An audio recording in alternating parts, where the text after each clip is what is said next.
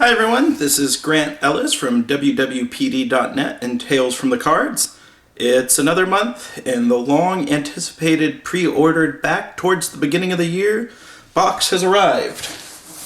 I got a package today. It's going to include the Land of Shadow, the highly anticipated Saga Expansion that was released at Gen Con. Unfortunately, I was unable to attend Gen Con this year, and I had to wait until it actually shipped, which it has now just before the last week of November, right in time for the holidays. So let's open the box, get into the game, and find out what cards we have in store for our decks. A lot of them have been spoiled so far. That's perfectly okay. I can give my first thoughts and impressions when I look at them. I have had the opportunity to play with a few people who had the set and had the cards already incorporated into their decks.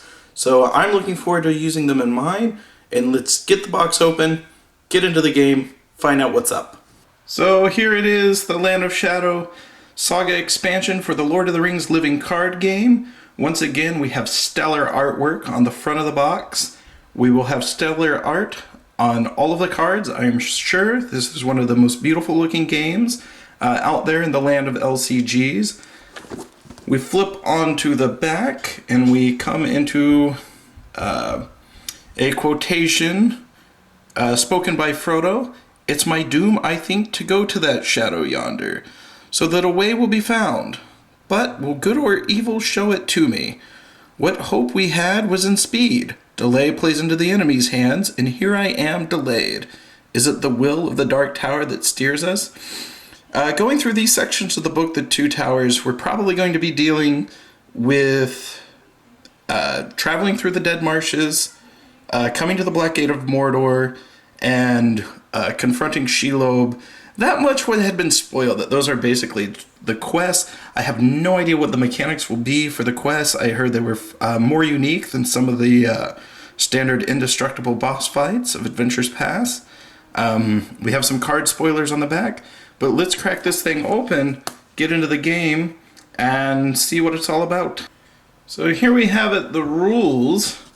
Let's take a look at the rules. We have the expansion symbol.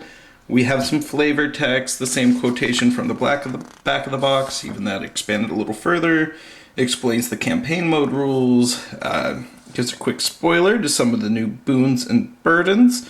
I don't want to get into those too much, as I don't want to spoil burdens or boons. A number of them were already on the Fantasy Flight site. I apologize for all the oohs, ums, and ohs. Based on camera position, I have to do most of the standing.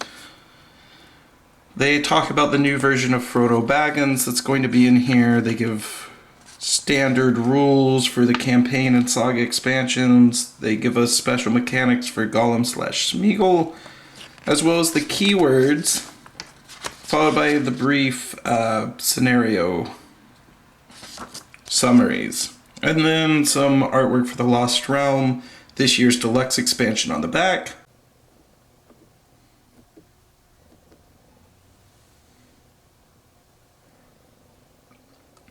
I apologize for any focus issues that happened with this video in advance. I mostly just want to explore getting it done and give my impressions of these cards. So first up is the Fellowship Sphere hero for this Saga expansion. It's Frodo Baggins. He possesses both the Hobbit and Ringbearer trait. He's required. He has 0 threat cost, as Fellowship heroes tend to have. 2 willpower, 1 attack, 2 defense, and 2 hits. If you spend one of his resources and exhaust the 1 ring, it gives him +2 to his willpower and +2 to his attack till the end of the round. That's very useful, although I'm always nervous about exhausting the 1 ring. You never know what the consequence will be based on the scenario unless you've played it before. You kind of have to pick and choose your battles. Followed by Frodo, it's Leadership Faramir. 11 threat cost, 2 willpower, 2 attack, 2 defense, 5 hits. Gondor Noble and Ranger traits. He has the ranged keyword. And response after you engage an enemy, ready an ally you control. Highly useful with int decks, as well as possibly high willpower allies that you want to bring back, or any ally you can bring back. Actually, I think that's Going to be particularly useful with ints. In the game I played on Octagon, where Leadership Faramir was involved, he was highly useful at readying those ints. Following Faramir is Damrod, also a hero card, 9 threat cost, 2 willpower, 2 attack, 1 defense, 4 hits, Gondor and Ranger traits. Reduce the cost of the first trap you play each round by 1 to a minimum of 0. After a trap card you control is attached to an enemy, draw 1 card. So he introduces a very unique form of card draw, and he lowers the cost to play traps, so we may see traps making a comeback thanks to Hero Damrod. I'm excited to include him in a deck, possibly with Leadership Faramir and maybe another Gondorian Ranger such as Mablung. First up in player cards is the 4-cost Leadership ally Anborn. He has the Gondorian Ranger traits. He has 1 willpower, 3 attack, 1 defense, and it looks like he has 3 hit points. I'll have to apologize for the poor exposure. The sun is setting rapidly. I did risk a little more light by opening the windows and the blinds.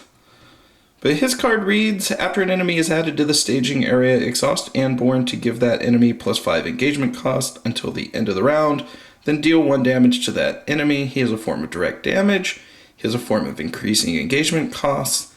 And he packs a pretty mean punch. However, he is expensive at a cost of 4. Fortunately for Leadership, they are the most rich sphere, in my opinion. So the 4 cost may be overcome through resource generation or any trick to get him into play. Next up is the 2-cost Gondor Ranger Lore ally Mablung, who has 2 hits, 2 willpower, 1 attack, 0 defense. His response seems similar to Anborn. Let's see what it says. After he enters play, choose an enemy to get +5 engagement costs until the end of the round.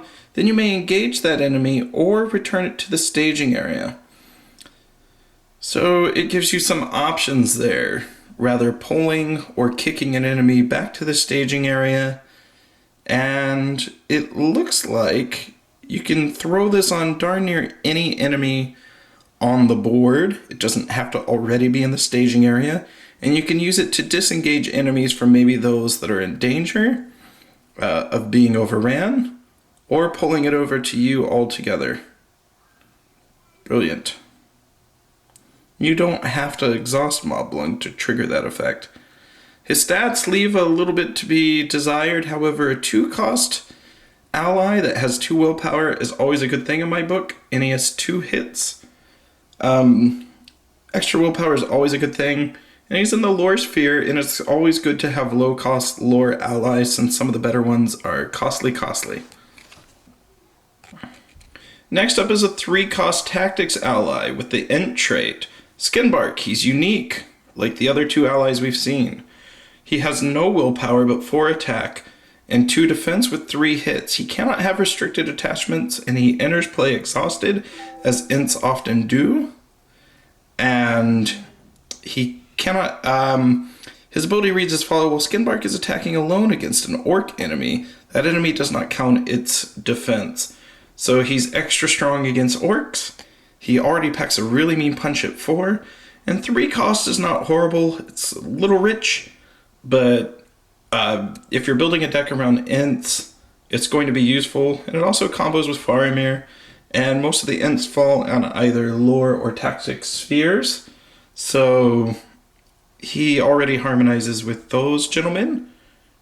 Gentlemen? Ha ha ha ha ha. Anyways, let's take a look at the next card. Moving on, we come to the 3-cost Spirit ally, Gamling. He has 1 willpower, 1 attack, 2 defense, 2 hit points.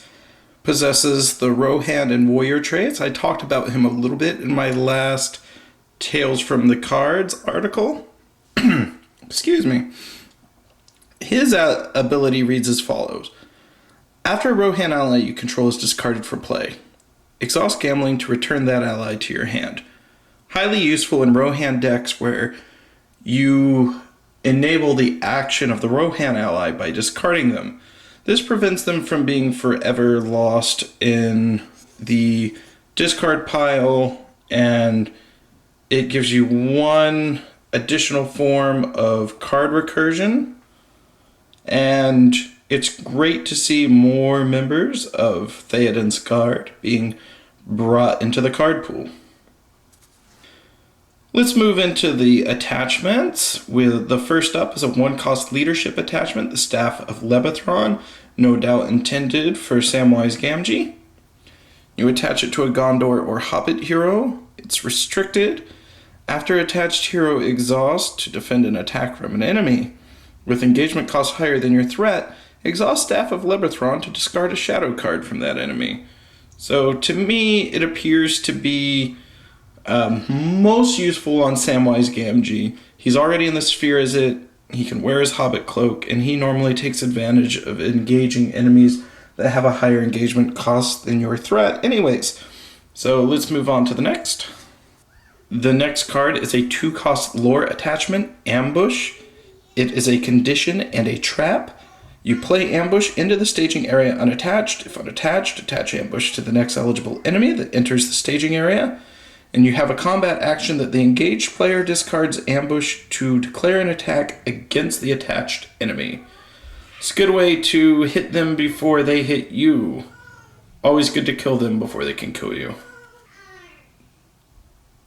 Next up is the Spirit attachment. It has a cost of 1. It's restricted. You attach it to a Rohan hero, and if it attaches to Theoden, it loses the restricted keyword. It's Snowmane, his faithful steed. Maybe a little too faithful, seeing how it was his ultimate undoing when it fell on top of him. I shouldn't call it an it. It's a he. It's a person. Gotta love the horse. And the response is after attached hero quests successfully. Ready attached hero. We come to the event cards. The first is a 1-cost leadership event, Taste It Again. After a hero you control defends an attack made by an enemy with engagement cost higher than your threat, so it's a Samwise event, ready that hero. Until the end of the phase, that hero gets +2 attack while attacking that enemy. Bam. It's a good way to Hulk up a hero and allow that hero to drop a mighty attack on an enemy. Next up is the 3-cost lore event, In the Shadows. Lower the cost to play In the Shadows by 1 for each Hobbit or Ranger hero you control. The combat action is each enemy engaged with you with an engagement cost higher than your threat gets -1 attack and -1 defense till the end of the phase. However, although in a pinch, life or death card comes in handy. Next up is the 1-cost fellowship event, Speak Your Promise. Action, ready the ring bearer to choose an enemy engaged with you. If the ring bearer's willpower is greater than that enemy's threat, lower that enemy's attack and defense by the difference until the end of the phase. Fellowship events are always fun, although they're highly situational and circumstantial depending on the scenario you're playing. It's good to see the next one, and it may be the mechanism by which you defeat a powerful enemy. Last of the player cards is a boon. It's the 0-cost Brace of Conies. Play only if you control the ring bearer. And a planning action is add the Brace of Conies to the victory display to choose 2, heal up to 2 damage from a hero, add 2 resources to a hero's pool, or choose a player to draw 2 cards, or reduce a player's threat by 2. And you're allowed to pick 2, so you get some healing, or some resource acceleration, some card draw, or some threat reduction. And it's 0 cost, so there's really no reason not to play it. And it also adds some points to the victory display. So that's it as far as cards, as far as player cards. The rest are encounter deck cards and obviously Gollum and Smeagol, which I won't spoil. If you want those spoilers, just go on Fantasy Flight or Card Game DB or Hall of Beorn, and you can read all about the spoilers. I apologize for kind of the flusterness. I got several work calls and emails during the filming of this video. Hope you enjoyed it, and stay tuned for the next one. As always, game on.